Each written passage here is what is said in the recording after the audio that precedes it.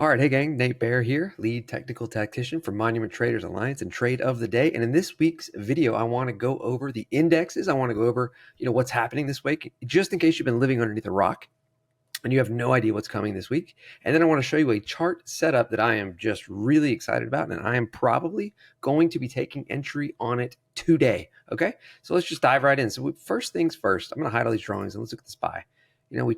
We've been talking about every week, new lifetime highs in the SPY. That box can be checked, right? Done. Mission accomplished. And now we're kind of up here at like plus 3 ATR. It gets a little, it gets tough when you're up here. It gets to the point when you're at plus 3 ATR, you really kind of need that pullback. You need that quick reversion to the mean, kind of like we got here, 21 EMA. Okay, cool. Here we go. And that's kind of exactly where we are with the QQQ as well. We're up here at plus 3 ATR, and the moving averages are coming up, which is great, right? Everything here looks great. This is all bull. But at the same time,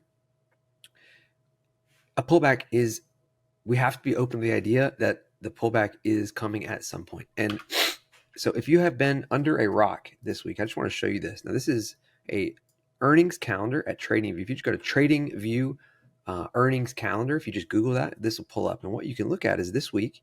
And then what I love about this one is you can filter or sort this by market cap and just have a look here. This is what we've got coming this week. The biggest companies in the US market are reporting this week. Microsoft, Apple, Google, Amazon, Meta.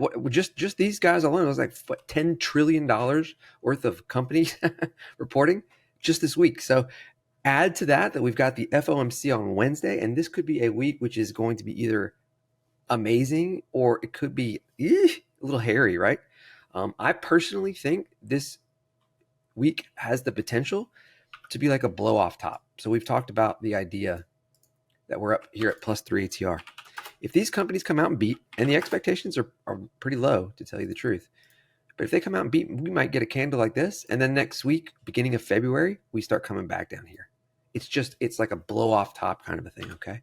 So just be aware of that. My personal plan is to kind of lighten up today, starting today, and just trim the number of positions. If I've got names that are up, I'm just going to take profits. And then I want to see another card. So by Friday, we'll have all of these big earnings behind us, and we'll have the FOMC behind us. And at that point, I can then come in and say, hey, you know what? Now that I've got a pretty good feel of what's happening, I can start placing bets again, either long or short. And I don't know what the answer to that is going to be yet, but that's where I'm at for this week. All right. So a trade that I'm looking to get in literally today, ASO. Now, let me zoom out. This is a chart that is just really, really strong. If I show you the weekly chart, right, this is pretty much all we need to see. Look at this. There's your IPO straight up. We're near all-time highs. And within that, we have this giant cup and handle pattern, right? This really nice cup and handle pattern. We've got a daily squeeze with a momentum shift, right? And we're not extended. It's not like we're up here, right? If we look at say Meta, what are you going to do with Meta? It's above plus 3 ATR. What? Oh, you want to trade NVIDIA? Sure. It's at like 4.5 ATR. Oh, no problem. Let's go get some Amazon. Now that one's at plus 3 ATR. Okay. What about Netflix? Well, they're pulling back today, but they're pulling back to plus 3 ATR. I mean, things are really, really, really extended here. Okay. So ASO is a name with a beautiful pattern. It's got like 10% short float, and it's not extended. So it's got everything that I want to see coming together here. So what I want to do is say, okay, well, when are their next earnings? Their next earnings are on Tuesday, March 26th. So we have a couple of different choices here, okay? We can go all the way out into like February and go out past that end of March expiration. And we can pick up like these $60 calls, right? In the money, they're about $8, a little expensive. Or what I kind of prefer is just going out into the March series, giving ourselves plenty of time still, and doing like these 65s, like these at the money 65 calls, something like that. So one of those two things is fine. If you wanted to do even a little bit shorter dated, you could even do February here.